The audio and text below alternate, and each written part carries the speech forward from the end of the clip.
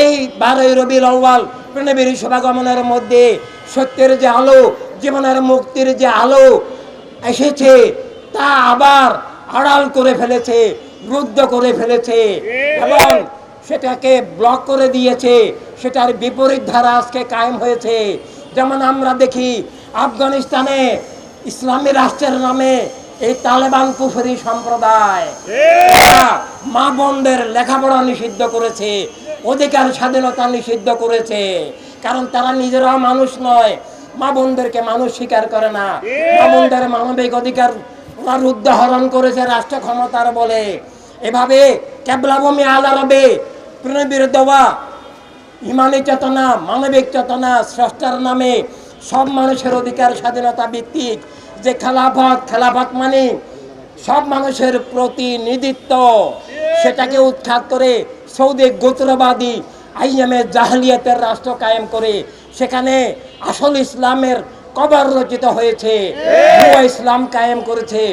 ইরানের শিয়াবাদ তারাও ইসলামের নামে ধোঁকা দিয়ে, ইসলামের নামে রাষ্ট্রের নামে ধোঁকা দিয়ে মুলকিয়ত অর্থাৎ একক গোষ্ঠীর স্বৈর রাজনীতি, একক গোষ্ঠীর স্বৈরতন্ত্র, দস্যুতন্ত্র কায়েম করেছে।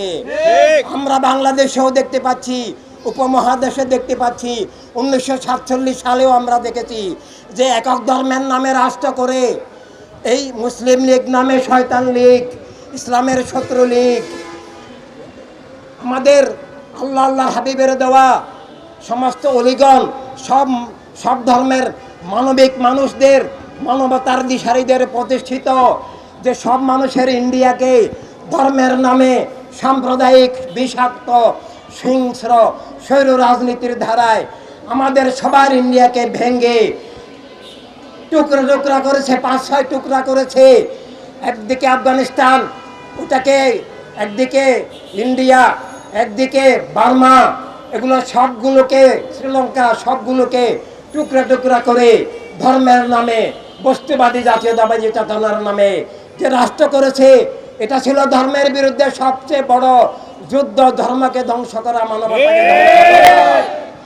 এভাবে প্রথম বিশ্বযুদ্ধ, দ্বিতীয় বিশ্বযুদ্ধের পর মার্কিন, ব্রিটিশ, ফরাসি অক্ষশক্তি আরব, এশিয়া, ইউরোপ, আরব ব্যাপী যে বিশাল একটা রাষ্ট্র ছিল, যদিও সেটাও সঠিক পথে ছিল না, ওসমানীয় সাম্রাজ্য সেটাকে ভেঙে 22 টুকরা করেছে।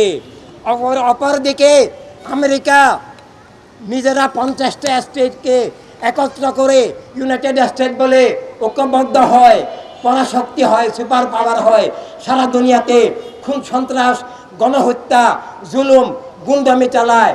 আর আমাদেরকে বলে রাষ্ট্র ভাগ করলে নাকি স্বাধীনতা হয়, সেটা মিথ্যা। প্রতিটি মানুষ নবীর শুভাগমনের এই মিশন হিসাবে, এটা আল্লাহ তাআলার মিশন, আল্লাহ তাআলার ঘোষণা হিসাবে প্রতিটি মানুষ জন্মগত প্রাকৃতিক বিশ্ব নাগরিক। কোনো বর্ডার স্বাধীনতা নয়, রাষ্ট্রকে খণ্ডিত করা বিজয় নয়, স্বাধীনতা নয়।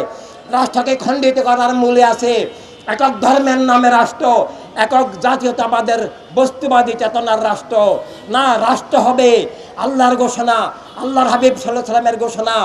এই দিবসে সত্য এবং মুক্তির যে আলো আসছে, সেই আলোর ধারা হলো রাষ্ট্র সবার, সব মানুষের, দুনিয়া সবার, সব মানুষের।